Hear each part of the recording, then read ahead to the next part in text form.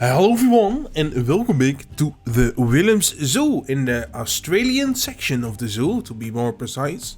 Yeah, last episode we added some dingoes to our little Willems Zoo here, and today we're adding kangaroos and the big dinosaur birds. Once again, I already have them in the Palace Zoo and now we have them in the Willems Zoo as well. So what am I going for with this kangaroo habitat? Well, it's going to be the same as the dingo habitat. Not really that special. It's just I would call it generic.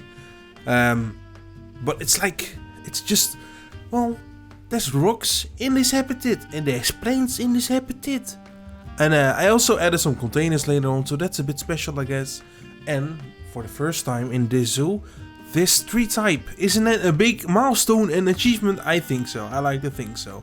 I'm so proud of myself that I managed to find the courage to place this type of tree down. Wow. Yep. But yeah, well, a lot of rocks. The habitat itself isn't that interesting. What's more interesting this episode is the surrounding area that we're roughly gonna finish. For today I might make some improvements over the course of the series, of course, but yeah. Gonna entirely finish this area, the Australian section, pretty much. Might add koalas next episode, not sure. If there's demand for it, I will. But yeah, it's an alright section of the zoo. Added some habitat needs here, and here's a container. Wow. Now actually it's just a sheet metal wall, but in a second it's gonna be a square, or more precisely a rectangle. And what does this rectangle look like? Indeed, a shipping container. And what do you ship in shipping containers? Goods. I don't know what's in this one though, but it sure is living a happy life here in the Willems Zoo. Wow. Yeah. I mean, I just thought, okay, this might just fit nicely in an outback themed section of the zoo. I saw a video by someone who made this cool little Australian house on an elevated deck with a windmill next to it. I thought, oh, that's really cool, but I didn't want to copy him, so I didn't. So I just made a stupid, well, how do you call it, a cover for the rain and these containers, and that's pretty much the entire habitat. I might do something more creative later, but this is just what came up to me at the time, and maybe I just need to conceptualize some stuff. Make some concepts, work them out in sketches, and implement them in the zoo.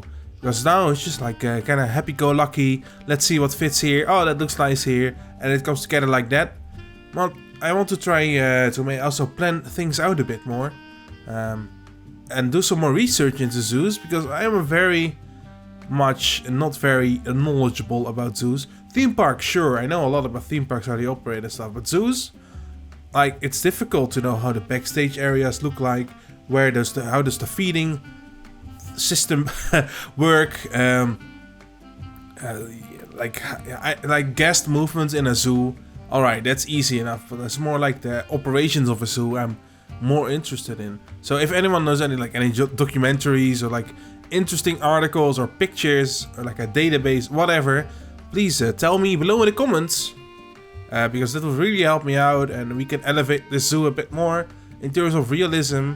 I think we're heading in the right direction, with this just being it's just an area with some rocks and plants, and then some wood. Wood is very cheap. I'm not sure if it's cheap actually, but just imagine it's cheap there, and I thought that was a nice choice for the other boards and fences. And you can see me deleting the main lookout path of the red panda habitat because it was just too cramped.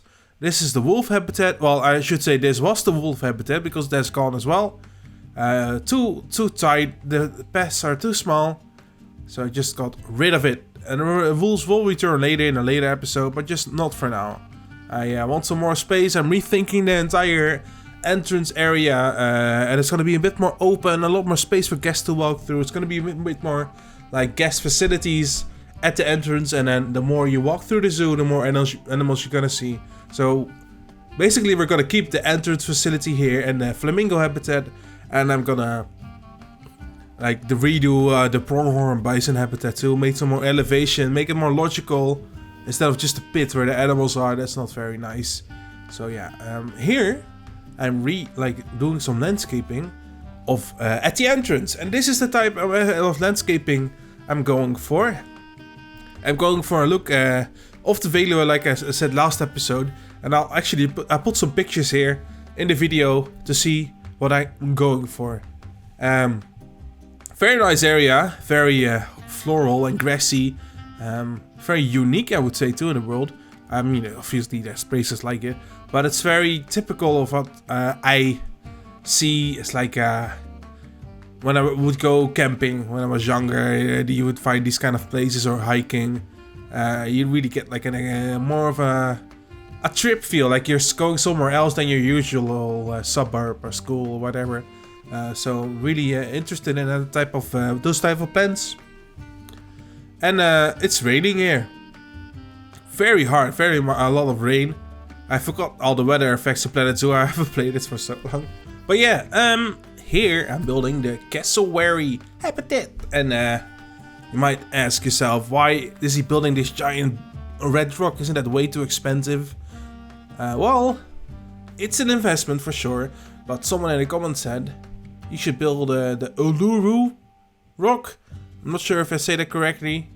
I should look it up again, actually. But I looked it up, and it's just giant rock in the middle of nowhere. Now, that was a bit hard to do, because I didn't know exactly quite where to place it. So I just thought, oh, I'm just gonna make it like this. Of course, it's more inspired by that rock, I would say. That's why I made it red. It doesn't really mix. Well, it mixes with the other rock textures, but yeah. So that's that. I'll post a picture of that here too.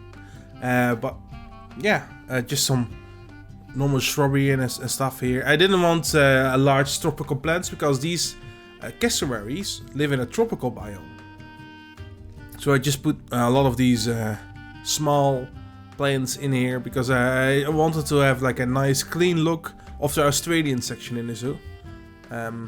Which is nearly finished at this point. Yeah, just some strawberry on the rungs, this and that. You know what you can expect.